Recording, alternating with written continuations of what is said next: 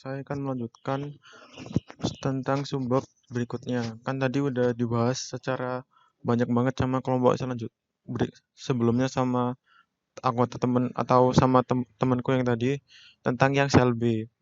Jadi kurang dibahas tentang sel T. Nah, pada saat ini kita akan membahas tentang sel T atau asal sel T sebagai imunnya gimana. Nah, sel T ini memediasi respon imun seluler. Sel T ini akan mengenali antigen pada permukaan selnya dan membunuh sel yang membawa antigen tersebut. Jadi, seperti pada limfosit B, kalau limfosit B kan menghasilkan antibodi. Kalau limfosit T, dia akan berikatan pada sel yang terinfeksi antigen, atau misalkan antigen itu dapat berupa virus atau astagfirullah, dapat berupa virus atau bakteri.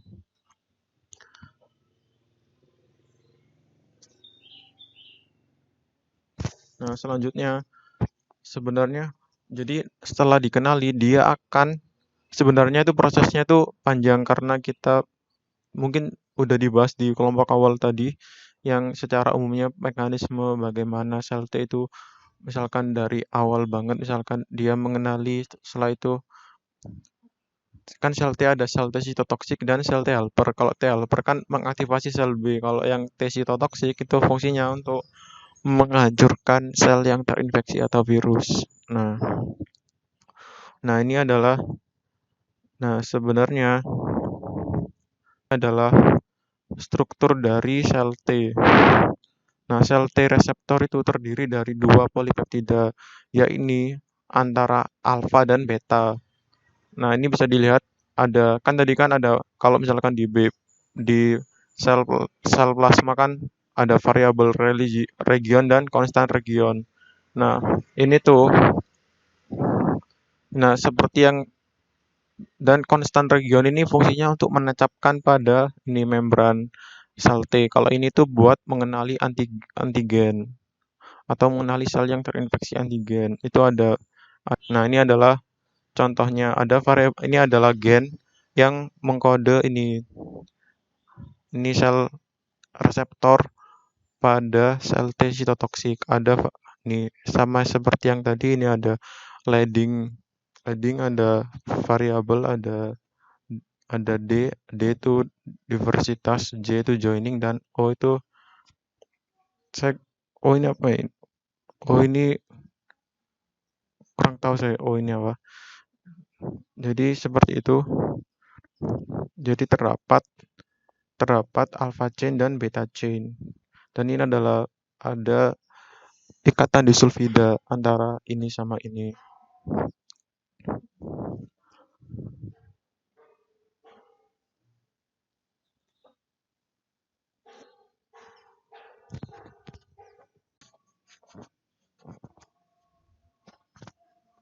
Baiklah, saya akan melanjutkan materi tentang pembentukan dari sel T. Kalau dalam hal ini tuh, kalau di sini yang dibahas itu tentang sel T B reseptor. Kan tadi ada alfa sama beta.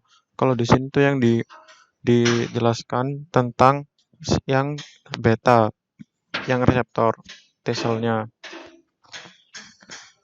Jadi pada reseptor yang beta chain ini pada manusia tuh memiliki persamaan seperti tikus. Namun hanya 12 dari 14 gen yang fungsional pada manusia. Nah, pada gen CB atau C itu kan konstan, B itu yang beta. Gen mengandung beberapa 3 intron yang tidak diperlihatkan untuk memperlihat. Jadi kan ini kan gambarnya kecil, kalau diperlihatkan semuanya itu takutnya nggak cukup gitu. Jadi intronnya itu besar antara J segmen dan C segmen. C sama J sama C yang akan dihilangkan selama proses primary transkripsi, sehingga intronnya itu dapat hilang. yang sebenarnya intronya tuh banyak banget, yang bukan banyak sih, panjang banget, sehingga sel T reseptor ini akan menghasilkan polipeptida yang dapat fungsional. Nah, ini misalkan germline dari DNA pada sel T yang belum apa-apa. Jadi kalau di istilah germline ini adalah istilah yang digunakan pada saat ini kan rantai DNA yang panjang banget kan. Jadi ini tuh misalkan semuanya rantainya tuh bisa ada gitu loh. Kan misalkan kita kan bisa milih misalkan ini kan V1, V2, V3, V4, V5. Nah, V-nya ini masih ada semua. Belum belum dipilih salah satu. Kan C-nya kan banyak. Nah, itu kalau di germline ini masih ada semua. Nah, kalau misalkan yang fungsional itu bakal beda lagi. Yang fungsional itu kan pas dipilih dari satu-satu semua. Yang L1, V1 misalkan gitu. L1, V1, C1 dan seterusnya. Jadi sehingga menghasilkan seperti ini. Rearrangement. Jadi kan ini pembentukan fungsional dari B chain gene. Seperti ini ada L leader function V, ada D, J yang sama seperti yang kayak yang di awal tadi. Tapi ini pada pembentukan yang sel T. Baik, selanjutnya saya akan membahas tentang Major Histocompatibility Complex atau disingkat MHC.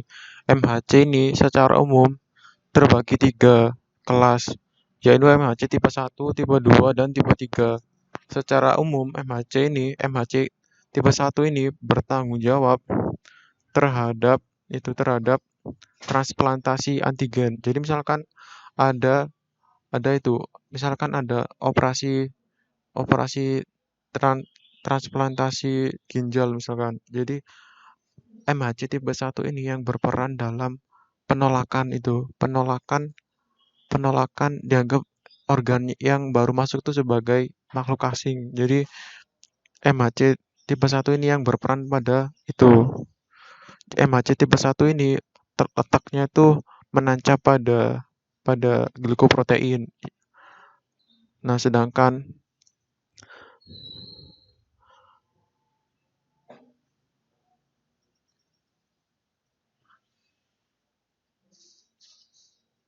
nah, kalau misalkan jadi MHC tipe 1 ini digunakan juga untuk sel T sitotoksik. Kan tadi ada Nah, kalau yang sitotoksik itu kan fungsinya untuk mengenali sel asing. Misalkan sel itu tuh udah terkontaminasi oleh virus. Nah, MHC tipe 1 ini yang bakal nanti mengenali sel tersebut.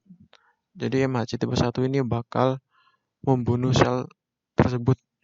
Kan MHC tipe 1 ini terletak pada sel T sitotoksik sehingga yang membunuh tadi sel T sitotoksik. Yang kedua, setelah itu ada MHC kelas 2. Nah, kalau MHC kelas 2 ini dia itu dikode, jadi kan mengkode protein. Nah, proteinnya itu bakal terletak di permukaan dari sel B atau limfosit B dan juga makrofag.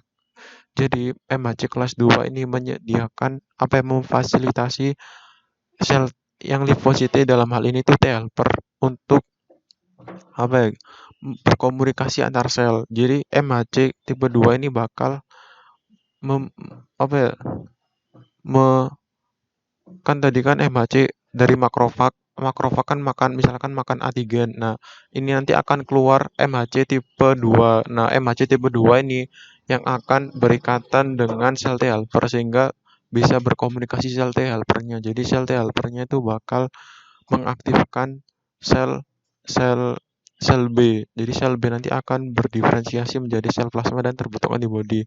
Nah, yang ketiga ada MHC kelas 3. MHC MHC kelas 3 ini yang apa ya? Yang mengkode protein komplement yang akan berinteraksi antigen dan antibodi kompleks dan membuat sel itu menjadi lisis. Jadi sel MHC kelas 3 ini bisa keduanya. Jadi dia tuh bisa berinteraksi dengan antigen dan antibodi protein. Jadi kan MHC ini kan gen, dia mengkode protein yang dapat berinteraksi jadi antigen dan menginduksi sel itu menjadi lisis. Nah, ini adalah bentuk yang tadi tuh.